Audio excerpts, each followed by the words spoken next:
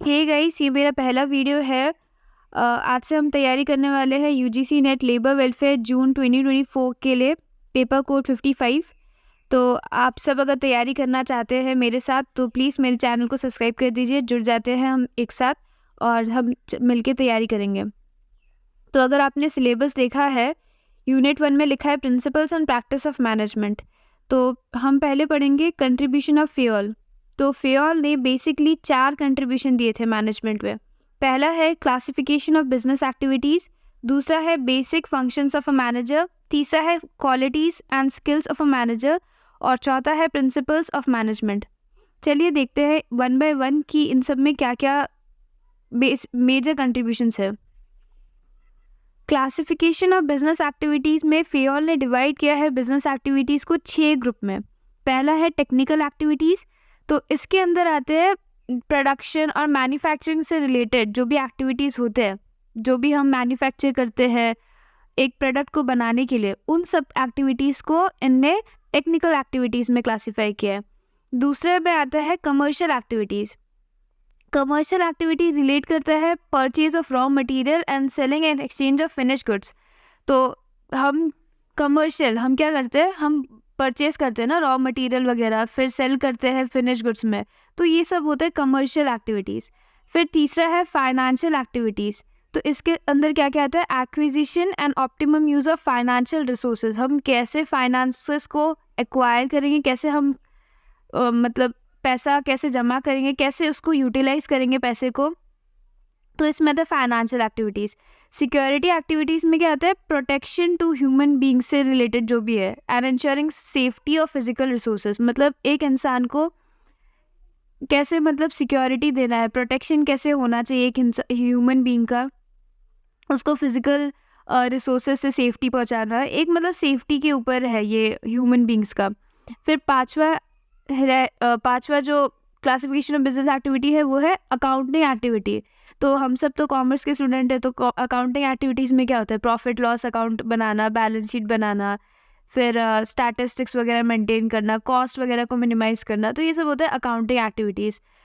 Sixth है managerial activities. तो managerial activities में जो भी मैनेजर्स के फंक्शंस होते हैं जैसे planning, organising, commanding, coordinating, controlling हो गया, तो ये सारे एक्टिविटीज़ आते हैं अपने मैनेजरल एक्टिविटीज़ में। अब दूसरा कंट्रीब्यूशन फेयोल का था बेसिक फंक्शंस ऑफ मैनेजर। तो मैनेजर के बेसिक फंक्शंस क्या होते हैं, देखो प्लानिंग हो गया, ठीक है, इनने 5 बेसिक बताया। प्लानिंग हो गया, प्लानिंग में वही ये फॉर्मुलेट करना कि फ्यूचर के बारे में, कि कैसे हम फ्यूचर को कैसे ऑब्जेक्टिव वगैरह फॉर्मुलेट करना कि क्या करेंगे हम फ्यूचर में, प्लान वगैरह बनाना। फिर दूसरा हो गया ऑर्गेनाइजिंग। ऑर्गेनाइजिंग क्या होता है कि जितने भी रिसोर्सेज डिपार्टमेंट है उन सब के जो भी एफर्ट्स है, एक्टिविटीज़ है, उन सबको कोऑर्डिनेट करना ताकि हम प्लान जो भी बनाए उसको हम इफ़ेक्टिवली हम यूटिलाइज कर पाए। फिर कमांडिंग हो गया। कमांडिंग में क्या बोला है कि it is giving orders and guidance to workers in order to facilitate their work performance. तो कमांडिंग में क्या है कि गाइडेंस वगैरह देना वर्कर्स को ताकि जो वर्क वगैरह है वो अच्छे से वो परफॉर्म कर पाए।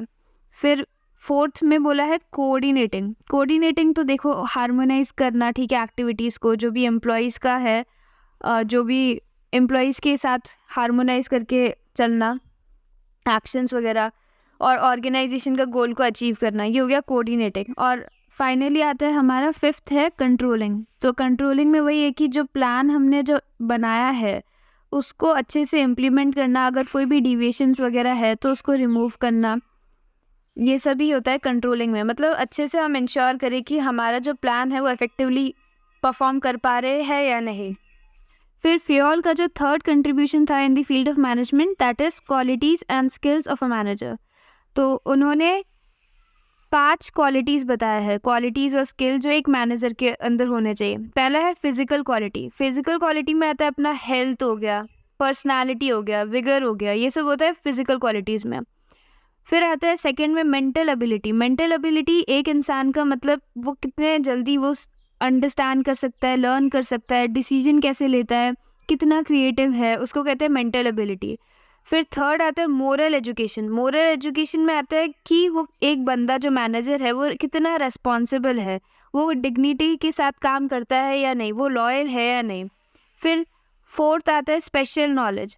स्पेशल नॉलेज में आता है एक्टिविटीज़ जैसे कि कमर्शियल एक्टिविटी हो गया, टेक्निकल एक्टिविटी हो गया, फिर फाइनेंशियल प्रूडेंस हो गया, ये सब से रिलेटेड होता है स्पेशल नॉलेज में। ये सब में स्पेसिफिक एक्टिविटीज़ को उन्होंने क्लासीफाई किया है। फिर फिफ्थ आता है एक्सपीरियंस। तो एक्सपीरियंस बोलता है कि it's related to knowledge arising out of practice and handling functional areas. मतलब एक बंदे का कितना एक्सपीरियंस है एक फंक्शनल एरिया को हैंडल करने में, तो ये सब होता है एक्सपीरियंस के अंदर। फिर हम पढ़ेंगे प्रिंसिपल्स ऑफ मैनेजमेंट। तो इसके अंदर 14 प्रिंसिपल्स है, इसकी मैं जल्दी जल्दी ट्रिक्स भी बता दूंगी, तो हम चलिए पढ़ते हैं। पहला प्रिंसिपल है डिवीजन ऑफ वर्क। तो डिवीजन ऑफ वर्क से क्या समझ में आता है, वर्क को डिवाइड करना है इनटू स्मॉल एंड सब स्मॉल टास्क या जॉब्स में। तो अकॉर्डिंग टू फ्यूल इसमें क्या बोला था कि division of work leads to specialisation. The intent of division of work is to produce more and better work for the same effort. Specialization is the most efficient way to use human efforts. तो fuel ने बताया है कि जो division of work का जो main जो objective है, इंटेंट है, वो क्या है, प्रोड्यूस करना ज़्यादा काम और better work for the same effort, same efforts के हिसाब से। स्पेशलाइजेशन जो है वो सबसे बेस्ट एफिशिएंट वे है एक ह्यूमन एफर्ट को यूज़ करने के लिए। बस इतना ही है डिवीजन ऑफ वर्क में। फेयोल ने ये डिवीजन ऑफ वर्क सारे काइंड्स ऑफ वर्क्स में अप्लाई किया था, जैसे टेक्निकल हो गया, मैनेजरल हो गया। सेकेंड है authority and responsibility. According to Fayol, authority is the right to give orders and obtain obedience, and responsibility is the corollary of authority. The two types of authority are official authority which is the authority to command, and personal authority which is the authority of the individual manager. तो Fayol ने बताया कि authority क्या है, एक manager का right है कि वो ऑर्डर दे पाए और ऑब्टेन करे ओबीडियंस, और रिस्पॉन्सिबिलिटी क्या है, उसका ऑपोजिट है। तो उनके हिसाब से दो टाइप की अथॉरिटी होते हैं, एक होता है ऑफिशियल अथॉरिटी, मतलब अथॉरिटी टू कमांड, और personal authority, authority of the individual. मतलब एक अथॉरिटी होता है कि खुद कमांड कर पाए, उसको कहते हैं ऑफिशियल अथॉरिटी, और पर्सनल होता है कि एक जो इंडिविजुअल मैनेजर का जो खुद का अथॉरिटी होता है उसको कहते हैं पर्सनल अथॉरिटी। और रेस्पॉन्सिबिलिटी क्या होता है, रेस्पॉन्सिबिलिटी होता है एक सबऑर्डिनेट जब रेस्पॉन्सिबल होता है काम के लिए टू हिज मैनेजर, उसको कहते हैं रेस्पॉन्सिबिलिटी। नेक्स्ट प्रिंसिपल है डिसिप्लिन। डिसिप्लिन क्या है, discipline is the obedience to organizational rules and employment agreement which are necessary for working of the organization. According to Fayol, discipline requires good superiors at all level, clear and fair judgment, clear and fair agreement and judicious application of penalties. तो discipline का क्या मतलब होता है कि एक organisation के rules को, एम्प्लॉयमेंट एग्रीमेंट्स को ओबे करना, उसको कहते हैं डिसिप्लिन। तो अकॉर्डिंग टू फेयोल मतलब डिसिप्लिन क्या है, डिसिप्लिन कैसे हो सकता है एक ऑर्गेनाइजेशन में, उसमें सारे जो सुपीरियर्स होते हैं, सुपरवाइजर्स होते हैं, वो सारे गुड होने चाहिए, वो क्लियरली एग्रीमेंट्स, फेयर एग्रीमेंट्स वो बताए और अप्लाई करे और पेनल्टीज़ वगैरह लगाए अगर कोई भी गलत कुछ काम करता है। तो यही होता है डिसिप्लिन। फोर्थ प्रिंसिपल है यूनिटी ऑफ कमांड। तो यूनिटी ऑफ कमांड में बोला है कि according to Fayol, there should be one and only one boss for every individual employee. If an employee gets orders from two superior at the same time, the principle of unity of command is violated. मतलब unity of command में बोले कि एक organisation में एक जो subordinate है उसको एक ही बॉस कमांड कर पाए। अगर एक सबॉर्डिनेट को दो दो बॉस से कमांड मिल रहा है तो उससे क्या होता है, कन्फ्यूजन वगैरह हो जाता है। तो इसी में यही है कि एक सबऑर्डिनेट को एक बॉस से कमांड मिले, इसी को कहते हैं यूनिटी ऑफ कमांड। फिर उन्होंने कहा था कि अगर यूनिटी ऑफ कमांड वायलेट हो जाता है तो जो भी दूसरे प्रिंसिपल है, जैसे डिसिप्लिन हो गया, अथॉरिटी, रिस्पॉन्सिबिलिटी, फिर ऑर्डर हो गया, वो सब खराब हो जाते हैं। तो एक ऑर्गेनाइजेशन में जो यूनिटी ऑफ कमांड है, इस प्रिंसिपल को अच्छे से एप्लीकेबल होना चाहिए, इस प्रिंसिपल को अच्छे से मतलब अप्लाई करना चाहिए एक ऑर्गेनाइजेशन में। एक सबऑर्डिनेट को एक बॉस से ऑर्डर कमांड मिलने चाहिए, बस इतना ही है यूनिटी ऑफ कमांड में। फिर नेक्स्ट आता है यूनिटी ऑफ डायरेक्शन। तो यूनिटी ऑफ डायरेक्शन में बोला है कि जितने भी यूनिट्स होते हैं ऑर्गेनाइजेशन के, जितने भी डिपार्टमेंट होते हैं, वो सब एक ही डायरेक्शन में मूव करे, उन सबका एक ही ऑब्जेक्टिव में वो फोकस करे, जो ऑर्गेनाइजेशनल ऑब्जेक्टिव है। सबके अलग अलग मतलब ऑब्जेक्टिव्स तो होते हैं बट उनको कोऑर्डिनेटेड एफर्ट्स करके फुल ऑर्गेनाइजेशन का जो मेन ऑब्जेक्टिव है उसको फुलफिल करना चाहिए। यही बोला है यूनिटी ऑफ डायरेक्शन, मतलब जितने भी डिपार्टमेंट हो गए, जितने भी यूनिट्स हो गए, उन सबको कोऑर्डिनेट करना है और एक फोकस एफर्ट्स के साथ में कोऑर्डिनेट करके ऑर्गेनाइजेशन का एक प्लान है उसको अचीव करना है। ये हो गया है हमारा unity of direction. Sixth principle है subordination of individual interest to general interest. अब देखो, एक ऑर्गेनाइजेशन में जब एक बंदा ज्वाइन करता है तो उसके खुद के इंटरेस्ट होते हैं।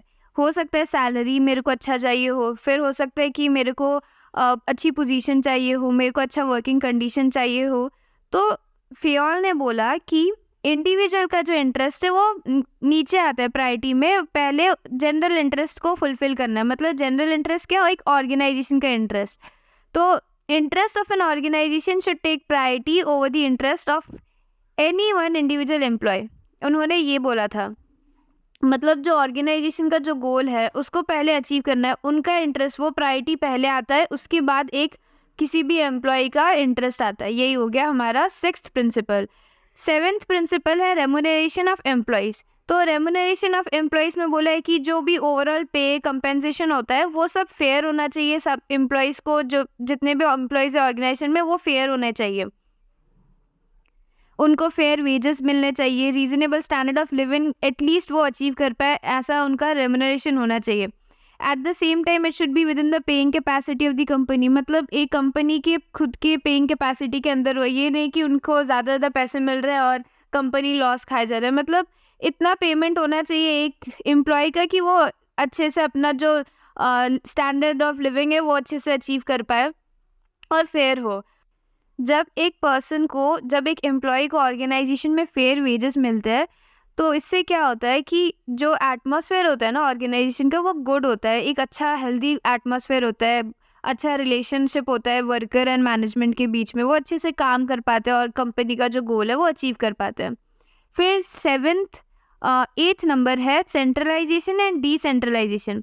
तो सेंट्रलाइजेशन क्या होता है, concentration of decision making authority को कहते हैं सेंट्रलाइजेशन। मतलब ऊपर में एक आदमी बैठा हुआ है, सोच लो सीईओ, तो उसके पास सारा पावर है डिसीजन मेकिंग, तो उसको कहेंगे सेंट्रलाइजेशन। डिसेंट्रलाइजेशन क्या होता है, डिसेंट्रलाइजेशन होता है dispersal of the authority among more than one person, उसको कहते हैं डिसेंट्रलाइजेशन।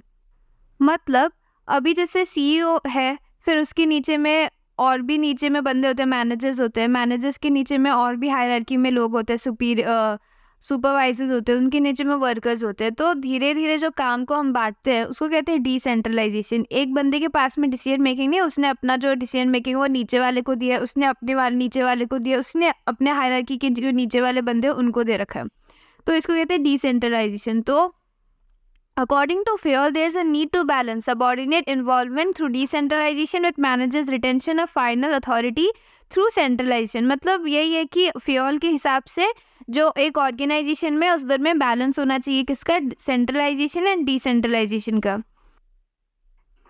नाइन्थ है स्केलर चेन। स्केलर चेन क्या है, एक ऑर्गेनाइजेशन में हायरार्की होती है, जैसे कि टॉप लेवल हो गया, फिर मिडिल लेवल हो गया, उसके बाद में लोअर लेवल हो गया। तो जो फॉर्मल कम्युनिकेशन होता है वो ऊपर से नीचे तक फ्लो होता है या फिर नीचे से ऊपर तक होता है ना। किसी को अगर मतलब किसी नीचे वाले बंदे को अगर ऊपर में वो लेना है या एप्लीकेशन वगैरह लेनी है तो फिर वो नीचे से धीरे धीरे अपने मैनेजर्स को बोलेगा, ऐसे ऐसे करके अथॉरिटी तक जाते हैं, और अगर अथॉरिटी को ऑर्डर देना है तो टॉप से बॉटम तक आता है। तो इसी को कहते हैं फॉर्मल लाइन्स ऑफ कम्युनिकेशन। तो अकॉर्डिंग टू फेयोल इन्होंने क्या किया है कि किसी भी मतलब सिचुएशन में इसको वॉयलेट नहीं होना चाहिए, हमेशा जो कम्युनिकेशन है वो टॉप से बॉटम तक होना चाहिए। पर इन केस कभी भी इमरजेंसी वगैरह आ जाती है, तो यहाँ पे मैं बना दूंगी, तो इमरजेंसी वगैरह आ जाती है तो अगर सोच लो ई को ओ से बात करनी है तो वो कैसे करेगा। अगर फॉर्मल के हिसाब से जाए तो ई को डी से करनी पड़ेगी, डी को सी से, सी को फिर बी से, बी को फिर ए से, फिर ए को एल से, एल को एम से, एन को एन से, फिर एन को ओ से। ये होता है फॉर्मल। पर इन केस इमरजेंसी है, इन दोनों को बात करनी है, तो वो कैसे करेगा।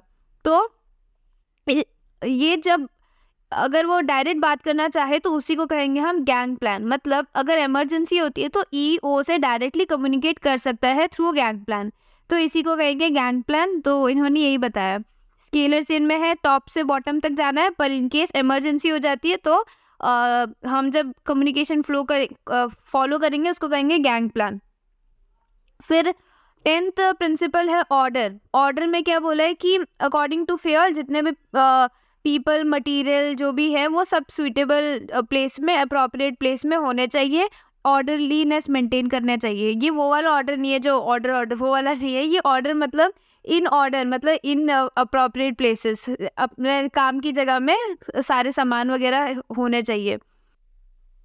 फिर 11th प्रिंसिपल है इक्विटी। इक्विटी क्या बोलता है कि जो भी वर्कर्स वगैरह है, एम्प्लॉयज़ वगैरह है, उनके साथ में कोई भी डिस्क्रिमिनेशन नहीं होना चाहिए in on the basis of caste, sex, religion, language और नेशनैलिटी एक्सेट्रा। जितने भी वर्कर्स हैं उनको सबको एक साथ ही एक समान देखना है, कोई भी डिस्क्रिमिनेशन नहीं करना चाहिए, यही है इक्विटी में। फिर 12th में बोला है stability of personal. Stability of personal में बोला है कि एक एम्प्लॉय को जब हम काम देते हैं ऑर्गेनाइजेशन में तो उनका जो टेन्योर है वो एटलीस्ट एक फिक्स्ड होना चाहिए, मिनिमम टेन्योर तक वो काम करे। ऐसा नहीं कि उसको अभी जॉब दिया और फिर अच्छे से काम नहीं कर रहा तो उसको ऑफिस से निकाल दिया, ऐसा नहीं। उसको धीरे धीरे हम ट्रेनिंग दे, उसका मतलब एटलीस्ट एक फिक्स हो। वो एक एम्प्लॉय को सोच लो मैक्सिमम ऑफ 5 years, एक स्टेबिलिटी उसको दे जॉब में, स्टेबिलिटी ऑफ टेन्योर। ये नहीं कि हायर एंड फायर, ऐसा नहीं होता। जॉब उनका स्टेबल होना चाहिए। 13th है इनिशिएटिव। इनिशिएटिव क्या है?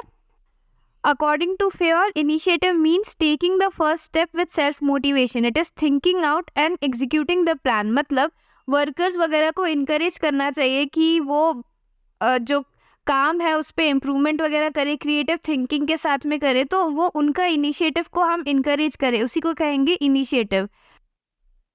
लास्ट प्रिंसिपल है एस्पिरेट दी कॉर्प्स। इसमें अकॉर्डिंग टू फेयल उन्होंने बोला है कि management should promote a team spirit of unity and harmony among employees. मतलब मैनेजमेंट को प्रमोट करना है क्या? टीम स्पिरिट प्रमोट करना है, एकता प्रमोट करना है, हार्मनी प्रमोट करना है, कोऑर्डिनेशन वगैरह प्रमोट करके रखना है। और जो एक मैनेजर है उसको हमेशा अपने जो कन्वर्सेशन है, जो भी उसके सोच लो इंटरव्यू है, उस पर हमेशा याद रखना है कि आई की जगह वी को यूज़ करना है। He should replace I with we. हमेशा अपने बातों में बोलना है कि this has happen because of us, या फिर सोच लो वी आर सो हैप्पी, ऐसा करके उसको बोलना है। ये नहीं कि I was the leader so I have been responsible, ऐसा ऐसा करके नहीं बोलना है। हमेशा बोलना है कि वी या फिर अस, ऐसा ऐसा करके उनको अपने लेक्चर्स वगैरह में बोलना है। That's all for today's video. Thank you for watching. और अगर आपको वीडियो अच्छा लगे तो प्लीज़ सब्सक्राइब माई चैनल। मैं ऐसे ही हमेशा मतलब पूरा सिलेबस कवर करा दूँगी। अगर आप सब मेरे साथ जुड़ते हो तो मेरा मोटिवेशन बना रहेगा। And until then, bye bye.